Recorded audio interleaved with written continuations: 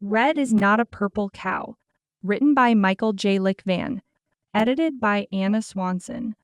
A book about learning disorders, bullying, and not fearing the truth. Dedicate to my buddies Matt and Mr. Benjamin. Special thanks to Jensen Berry. Once there was a little boy named Joey, but his parents called him Red because he had bright red hair. Red was born in a big noisy city that had lots of people and buildings and cars. When Red was ready to start first grade, his father didn't want Red to go to a big city school, so he moved the family to the country where there were less people and more open spaces. Red was excited to be in the country away from all the city noise and crowded streets, and he was excited to be starting school. Red liked learning. He especially liked problem solving, so his parents taught him math.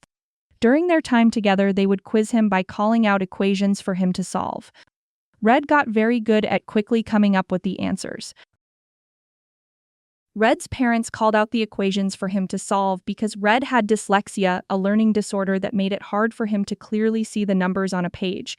When Red looked at the numbers, his brain jumbled them and made it difficult for him to understand even the simplest equations. But when his parents quizzed him verbally, he knew the answers immediately. School turned out not to be as much fun as Red had hoped. All of his classmates were from the towns and farms around the school. They were friends with each other long before he moved there. They had their playgroups and didn't welcome a kid who was new.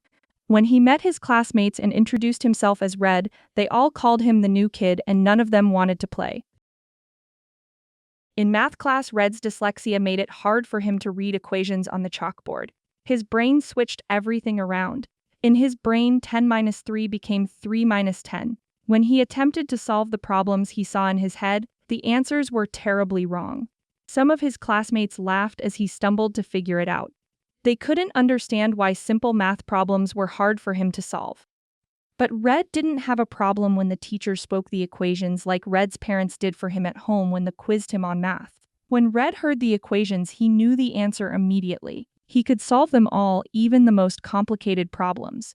Before the teacher could even finish telling her students the equation, Red had his hand up ready with the answer, and he always got the answer correct. A couple of his classmates started calling him stupid. Their words hurt his feelings because he knew he was good at math and could solve problems as long as he knew the proper arrangement of the numbers in the equations. Sadly, no one knew that Red's dyslexia scrambled the numbers in his head, making him see equations that weren't on the chalkboard. Red was unhappy with how he was treated by some of his classmates, and on Saturday, he went for a walk in the country to be alone. He came to a farm where he was shocked to see a purple cow. Coming from the city, he had never seen a real cow and certainly never a purple one. He stopped in front of the animal and said, "Hello, purple cow." Then to Red's surprise, the purple cow talked back to him. "Hello, little boy. My name is Violet. What is your name?" Red was speechless for a moment. Not only was he seeing a purple cow, but also one that talked. "My name is Joey, but my family calls me Red because of my hair. We moved from the city a month ago." Violet asked, "Do you go to school here?" "Yes," said Red. "I'm in first grade, but I don't like it because my classmates are mean." Violet said, "I've seen some of the children who live in this area, and I can't imagine they would be mean. How about on Monday morning when you're back in school, I come to visit the school and meet your classmates. Maybe if they see you have a purple cow for a friend, they will be nicer to you. Does that sound good?" Red replied, "That sounds great." On Monday, Violet came to the school just as they had agreed. She came to Red's school before classes started, and most of the school children were excited to see a purple cow.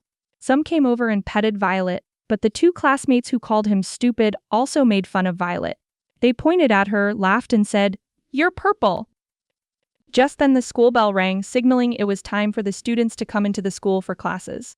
As the students walked inside, most of them talked about how fun it was to meet a purple cow. But Red felt bad that two of his classmates had made fun of Violet. As he headed into school, he turned and waved goodbye to Violet, sad that those mean classmates mocked Violet for being purple. Red loved that his friend Violet came to his school, but he felt bad all week about how she was treated by some of his classmates. On Saturday, he went back to her farm to apologize to her. When Red saw her, he said, "Violet, I am so sorry for how some of my classmates acted when you visited my school. I'm sorry they called you purple. They also call me names like the new kid and stupid. They're just mean. No need to apologize, Violet said. But they called you purple, said Red. And it's the truth, said Violet. I am purple. Why should I get upset when they are being truthful? Red replied, I get bothered when they call me names like the new kid. Violet said, but you are the new kid. Would it bother you if they called you Red? Red thought for a moment, then said, no, that's what my family nicknamed me because my hair is red, but they also call me stupid. Violet asked, and is that the truth? No, replied Red, I'm not stupid, I just can't see the numbers clearly on the chalkboard. But when my teacher tells me what the math problem is, I can solve it faster than anyone. So you're not stupid, Violet said. No, I'm not, said Red. Then why get upset when they call you names you know aren't true? Would you get upset if they called you a purple cow? Red laughed, no, because I'm not a purple cow. Violet said, that's exactly right, and neither are you stupid.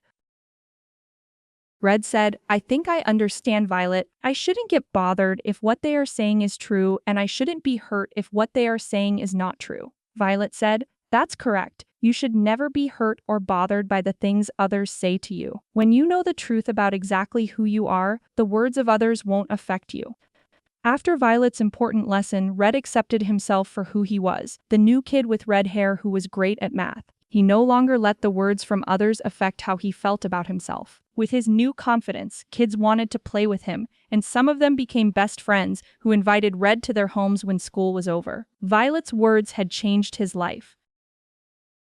Red realized his dyslexia gave him challenges he could overcome with the help of others. He learned to appreciate his uniqueness and his skill with math. So did his classmates and his teacher, who spoke the math equations after she wrote them on the chalkboard. When she did, Red knew every answer. Thanks to Violet, Red finally knew he wasn't stupid and he certainly wasn't a purple cow. Michael J. Lickvan books are also available on Amazon.